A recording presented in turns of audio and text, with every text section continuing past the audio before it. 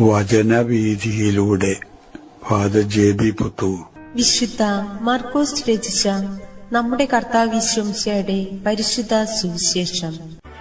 അധ്യായം 16, 1 മുതൽ 18 വരെയുള്ള വാക്യങ്ങൾ.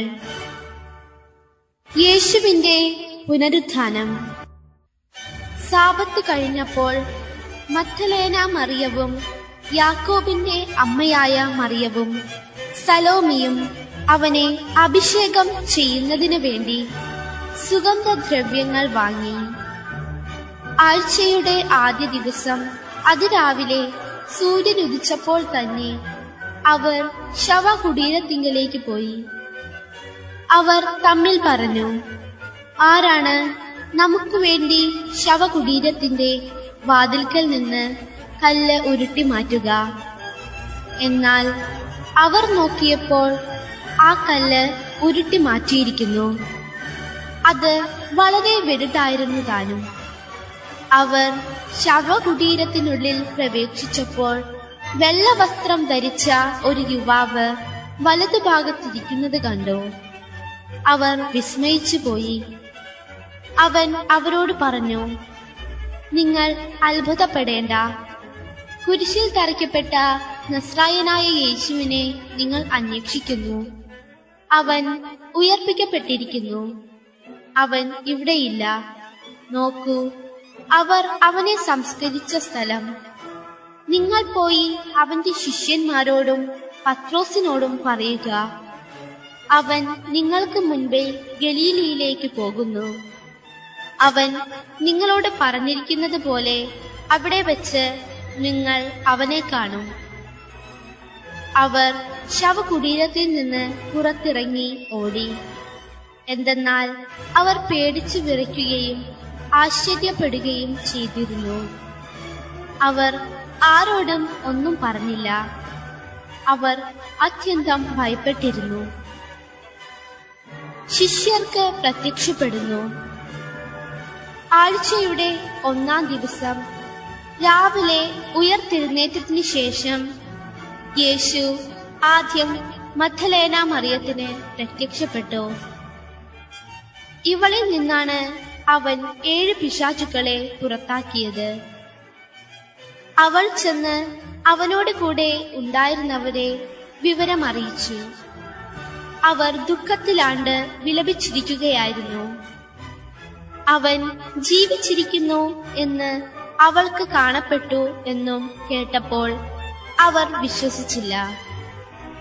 ഇതിനുശേഷം അവരിൽ 2 പേർ ഗ്രാമത്തിലേക്ക് നടന്നു പോകുമ്പോൾ അവൻ വേറൊരു രൂപത്തിൽ അവർക്ക് പ്രത്യക്ഷപ്പെട്ടു.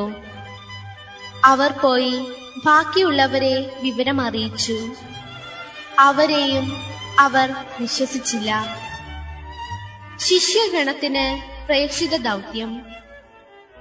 പിന്നീട് അവർ 11 പേർ ഭക്ഷണത്തിനിരിക്കുമ്പോൾ അവൻ അവർക്ക് പ്രത്യക്ഷപ്പെട്ടു.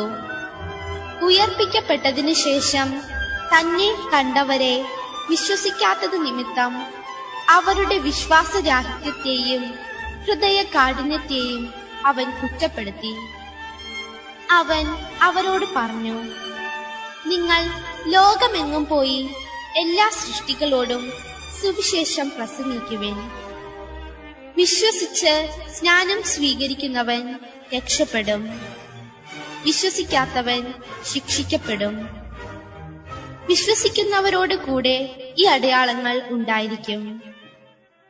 അവർ എന്റെ നാമത്തിൽ പിശാചുക്കളെ ബഹിഷ്കരിക്കും, പുതിയ ഭാഷകൾ സംസാരിക്കും, അവർ സർപ്പങ്ങളെ കയ്യിലെടുക്കും, മാരകമായ എന്ത് കുടിച്ചാലും അത് അവരെ ഉപദ്രവിക്കുകയില്ല. അവർ രോഗികളുടെ മേൽ കൈകൾ വയ്ക്കും, അവർ സുഖം പ്രാപിക്കുകയും ചെയ്യും. ബുദ്ധിയുടെ യുക്തിയും ഹൃദയത്തിന്റെ യുക്തിയും.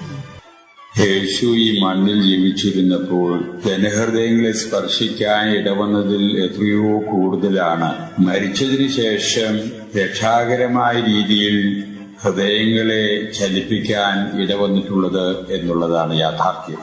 യേശുവിന്റെ മരണവും ഖബറടക്ക ശുശ്രൂഷയും ഒക്കെ കഴിഞ്ഞതിനു ശേഷം ഉത്ഥാനത്തെ സംബന്ധിച്ചും അതിനോടനുബന്ധിച്ചുള്ള സംഭവങ്ങളെ സംബന്ധിച്ചും ഉള്ള വിവരണങ്ങളിൽ വിശദാംശങ്ങളിൽ അല്പസ്വല്പം വ്യത്യാസങ്ങൾ സുവിശേഷത്തിന്റെ വിവരണ ശൈലികളിൽ നമുക്ക് കാണാം എന്ന് വരികിലും സാരാംശത്തിൽ വലിയ വ്യത്യാസങ്ങൾ നമുക്ക് ദർശിക്കാനാകുന്നില്ല എന്നുള്ളതാണ് വസ്തുത.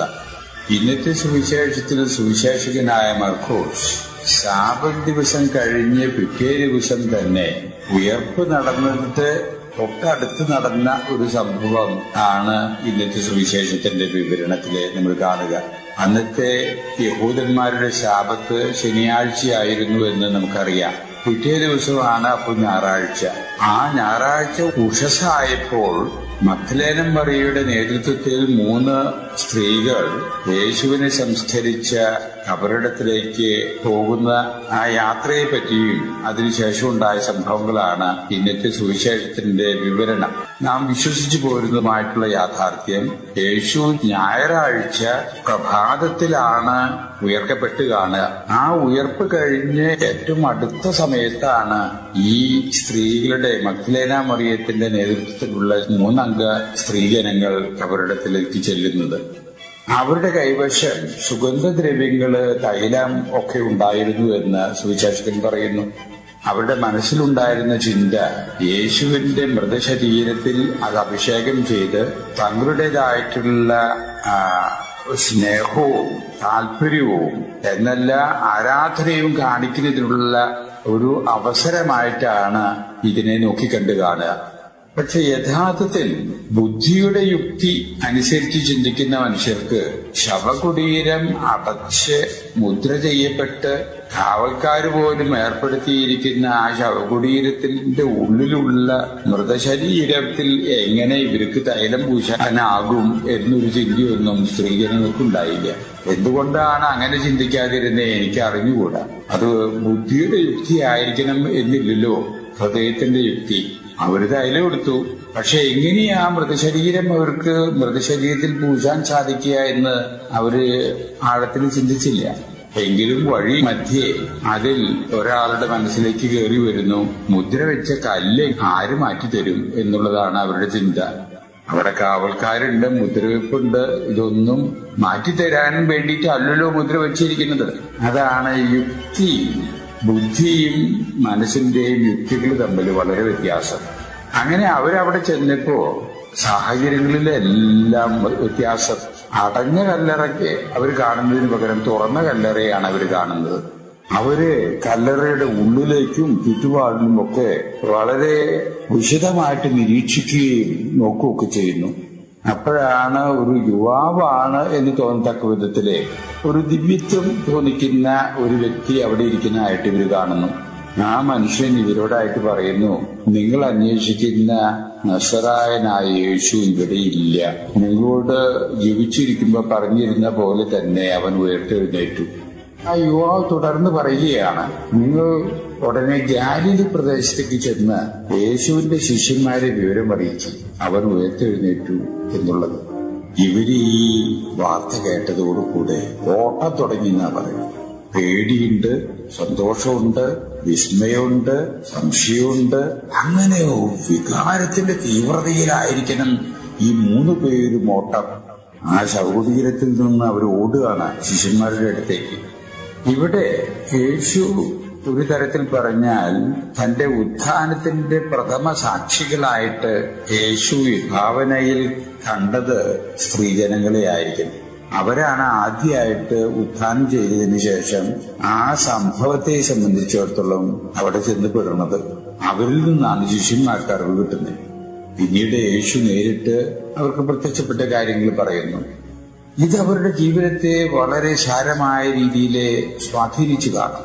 പ്രത്യേകിച്ച് ബുദ്ധിയുടെ യുക്തിയാൽ നയിക്കപ്പെടാതെ ഹൃദയത്തിന്റെ യുക്തിയാൽ നയിക്കപ്പെടുന്ന ഒരു വിഭാഗം കൂടി ആയതുകൊണ്ട് പരവശമായി തീർന്നു കാണാം. അതിന്റെ അടിസ്ഥാനത്തില് ആദിമസഭയിലെ ശക്തമായിട്ടുള്ള പ്രേക്ഷിത ഇവരെ ആയിത്തീരുന്നു. ആ പ്രേക്ഷിതത്തിന്റെ നേതൃത്വം ഇവരെ ഏറ്റെടുത്ത് കാണും, ഇവരായി കാണും, ഇവരിലായിരിക്കും ആ നേതൃത്വം വന്നു ചേർന്ന് കാണുക എന്നാണ് എന്റെ നിഗമനം. ഇവിടെ ഒരു സത്യം നമ്മൾ മനസ്സിലാക്കിയെടുക്കേണ്ടതുണ്ട്. യഥാർത്ഥത്തിൽ Christianity is never taught, it is caught എന്ന് പറയും. അത് പഠിച്ചെടുക്കേണ്ട ഒരു യാഥാർത്ഥ്യം എന്നതിനേക്കാൾ അത് ആകർഷിക്കപ്പെടേണ്ട, അതിൽ പിടിക്കപ്പെടേണ്ട ഒരു യാഥാർത്ഥ്യമാണ്. പഠിച്ചെടുക്കുന്ന യാഥാർത്ഥ്യം യുക്തിഭദ്രമാണ്, ബുദ്ധിയുടെ യുക്തിഭദ്രമായിട്ട്.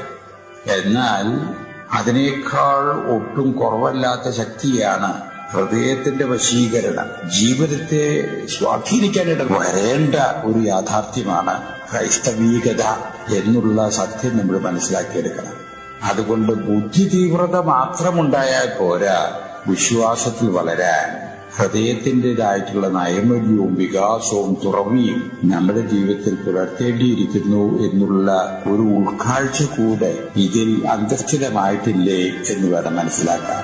സ്ത്രീജനങ്ങൾക്ക് സഹജമായ രീതിയിൽ ബുദ്ധിയുടെ യുക്തി എന്നതിനേക്കാൾ ഹൃദയത്തിന്റെ യുക്തിയാൽ ഭരിക്കപ്പെടാനിടവരുന്ന വ്യക്തികളായതുകൊണ്ട് അവരെ യേശു യഥാർത്ഥത്തിൽ യേശുവിൻ്റെതായിട്ടുള്ള ദൗത്യ നിർവഹണത്തിന് വേണ്ടി കൂടുതൽ ഉപകരിപ്പിച്ചു, ഉപയോഗപ്പെടുത്തി എന്ന് മനസ്സിലാക്കുന്നതിൽ തെറ്റ് ഞാൻ കാണുന്നില്ല.